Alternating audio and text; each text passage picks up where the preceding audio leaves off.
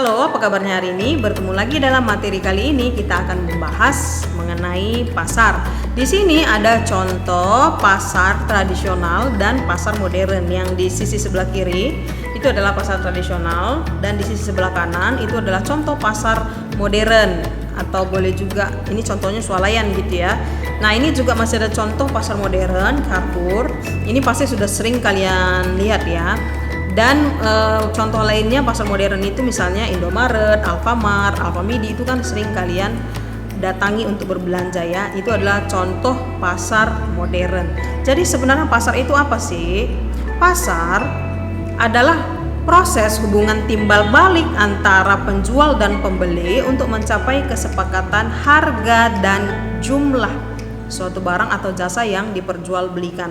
Jadi pasar itu tidak melulu hanya tempat, tapi boleh juga adalah hubungan timbal balik. Jadi ketika ada kesepakatan antara penjual dengan pembeli mengenai suatu harga barang, itu dapat kita sebut sebagai pasar. Yang pasti pasar terbentuk karena adanya penjual, pembeli, barang atau jasa yang diperjualbelikan. Jadi ada 3 unsur yang harus dipenuhi untuk disebut sebagai pasar. Harus ada penjual, harus ada pembeli dengan barang atau jasa yang diperjualbelikan. Lanjut, fungsi pasar ada 3, yaitu yang pertama fungsi distribusi. Fungsi distribusi ini artinya pasar sebagai wadah disalurkannya barang atau jasa dari produsen ke konsumen, maka dia disebut sebagai fungsi distribusi, menyalurkan ya. Yang kedua fungsi pembentukan harga. Nah, harga biasanya terbentuk di pasar.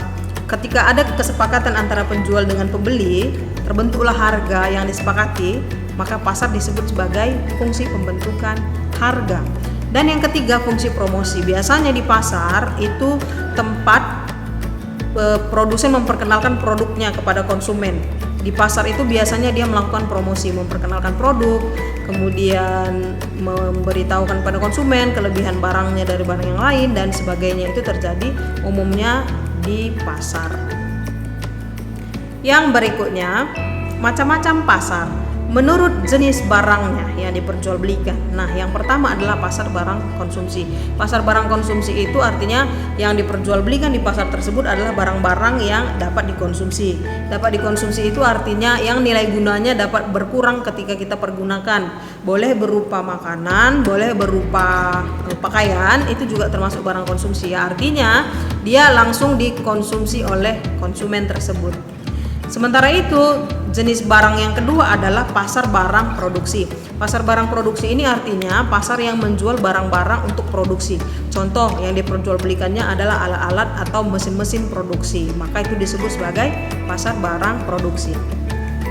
Kemudian yang berikutnya, menurut luas jaringan distribusi, pasar itu dibagi menjadi 4, yaitu pasar setempat. Biasanya pasar setempat ini ruang lingkupnya lebih kecil daripada pasar daerah nasional ataupun internasional ya. Pasar setempat ini biasanya menyediakan produk-produk yang diperlukan oleh penduduk setempat. Jadi dia ruang lingkupnya lebih kecil. Kemudian pasar daerah ruang lingkupnya mencakup suatu daerah.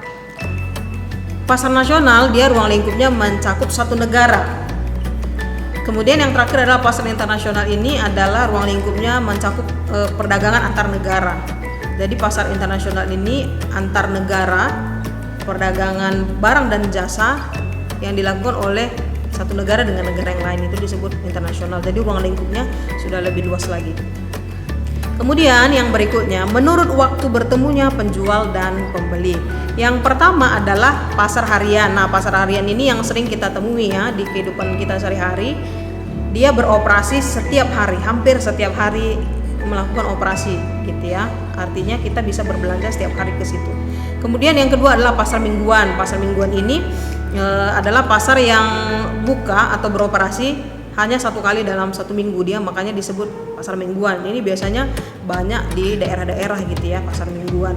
Kemudian pasar bulanan berarti dia beroperasi hanya dalam tempo per bulan gitu, mungkin 1 bulan sekali dan seterusnya ya. Kemudian yang terakhir adalah pasar tahunan yang hanya beroperasi tahunan, setahun sekali mungkin gitu ya. Kemudian pasar dibagi menjadi pasar konkret. Pasar konkret itu adalah pasar yang terdapat penjual, pembeli dan barang yang diperjualbelikan di suatu tempat. Artinya konkret itu dia pasar yang nyata.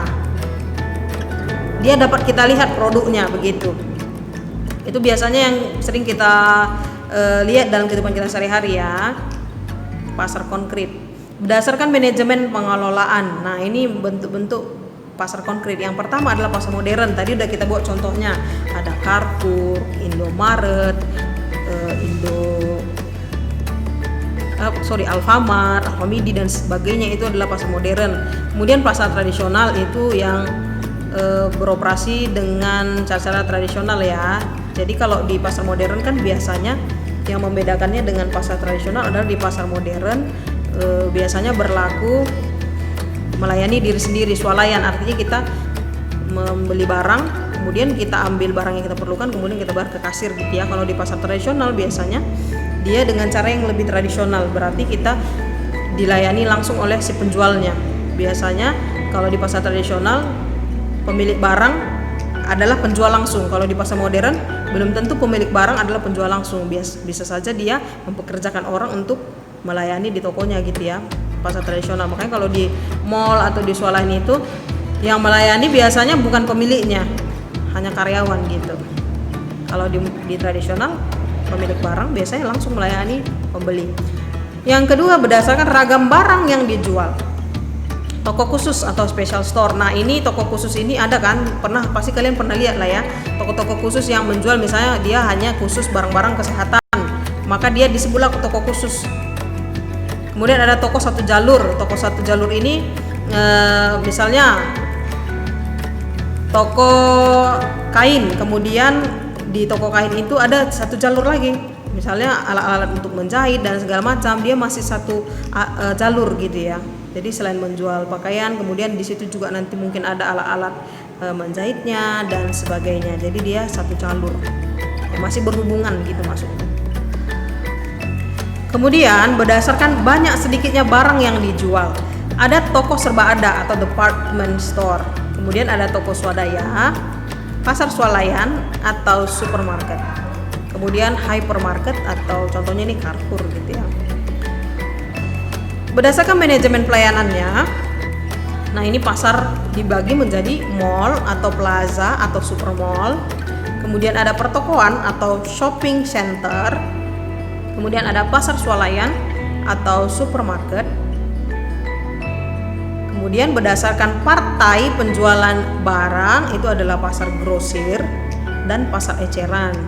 Kalau pasar grosir sudah tahu lah ya, barang yang diperjualbelikan dalam jumlah yang besar, sementara kalau eceran itu dia lebih kecil. Kemudian yang selanjutnya, pasar yang penjual dan pembeli kadang-kadang tidak bertemu, melainkan hanya berkomunikasi dengan surat, telepon, atau komputer, internet. Nah, ini disebut sebagai pasar abstrak. Kalau tadi ada pasar konkret, pasar yang nyata, yang kita dapat lihat barang yang diperjualbelikannya, bahkan kita dapat bertemu dengan penjualnya langsung, itu pasar konkret namanya. Kemudian yang kedua ada pasar abstrak, pasar yang tidak nyata, hanya berkomunikasi melalui surat, telepon, atau internet begitu ya. Kadang-kadang tidak bertemu dia. Apa contohnya ini? Contoh pasar abstrak adalah pasar uang atau money market. Kemudian ada bursa komoditi. Kemudian bursa valuta asing, pasar modal, dan bursa tenaga kerja. Ini adalah contoh-contoh pasar abstrak. Oke, ini adalah contoh gambarnya. Suasana pasar modal. Jadi belum tentu antara pembeli dengan penjualnya bertemu kalau di pasar abstrak, namanya abstrak tidak nyata begitu ya. Oke, sampai di sini dulu materi kita untuk hari ini. Semoga kalian dapat memahaminya. Sampai ketemu di materi selanjutnya. Tetap semangat, tetap jaga kesehatan. Bye bye.